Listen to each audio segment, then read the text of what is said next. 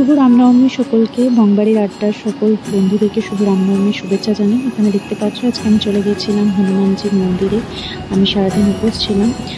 হনুমানজিকে খুব সুন্দর করে এখানে অভিষেক করানো হচ্ছে দুধ, গঙ্গা জল, ঘি, মধু ইত্যাদি দিয়ে। তারপরে হনুমানজিকে খুব সুন্দর করে সাজানো হয়েছিল। দেখতে পাচ্ছ এখানে সুগন্ধি দেওয়া হচ্ছে ওনাকে। অ্যান্ড দেন মা সীতা, লক্ষ্মণজি, রামজি তিনজনকেই খুব সুন্দর করে পোশাক দিয়ে আভূষণ দিয়ে সাজানো হয়েছিল। তারপরে হনুমানজিকে খুব সুন্দর এই মালাটি পরানো হয়েছিল, দেখতে পাচ্ছ। তোমরা এই ভিডিওটা দেখে অবশ্যই জানিও কেমন লাগছে। আমার তো ভীষণ সুন্দর মুহূর্ত কেটেছে এই সময়টায়। আমাদের যিনি পণ্ডিতজি, আমাদের মন্দিরে যিনি পণ্ডিতজি ভীষণ ভালো পুজো করেন। ওনার পুজো দেখলে যে কেউ ভীষণ রকমভাবে মুগ্ধ হতে বাধ্য।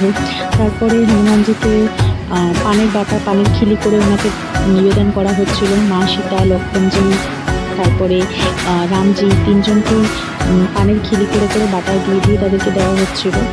তারপরে সুন্দর করে ঠাকুরকে ভোগ নিবেদন করা হয়।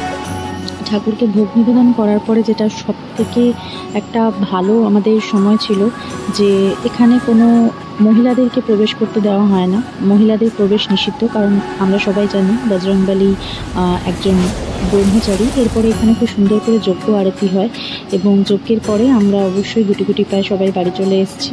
তোমরা ভিডিওটা দেখে জানিও কেমন লাগলো। সকলকে হনুমানজি ভালো রাখুক। জয় শ্রীরাম, জয় বজরংবলী। থ্যাংক